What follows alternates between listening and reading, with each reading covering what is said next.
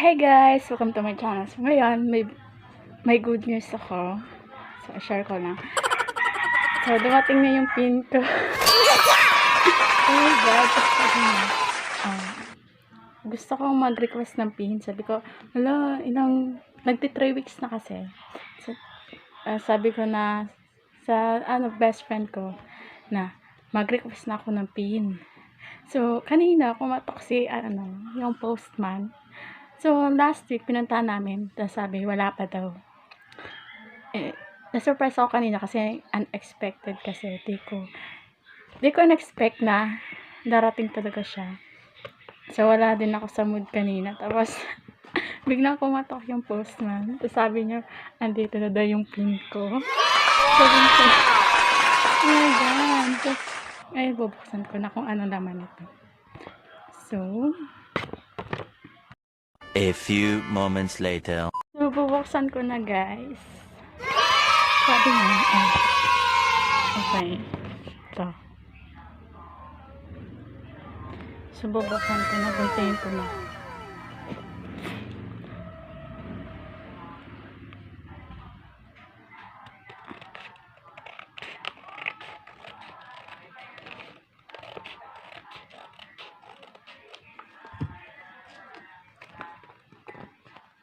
Oh my God.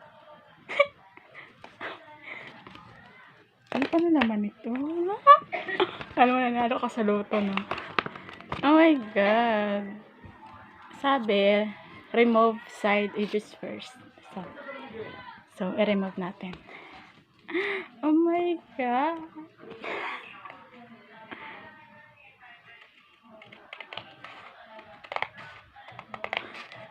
Saka lang, excite. Ito din. So, sabi, yan. So, i-remove din natin siya. Konting ko. Kuti kaka-excite. Okay na. Ito yan, labas. Step. Oh my God, step 1. So, ito na siya guys. Yan na. Yung may makakita ka step 1, step 2, step 3, step 4. So, nakalagay, your Google Adsense personal identification number. So, yun. Ito na yan. Yung laman niya.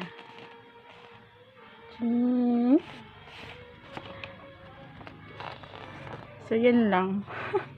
Yun pala ito. At saka, yan, makikita mo ang ganda, may Google, ganun. Yan lang. Oh my God. Tapos yung sa likod, ganito yung nakasulat. So, i-verify ko na. First, punta tayo sa Chrome. And then, open new tab. Search natin yung Google Adsense pin. Ay, login pala. And then, yan. Kita natin. Be sure na nakapag-login ka sa account mo. Then, yan. So, dito, verify your billing address. Verify.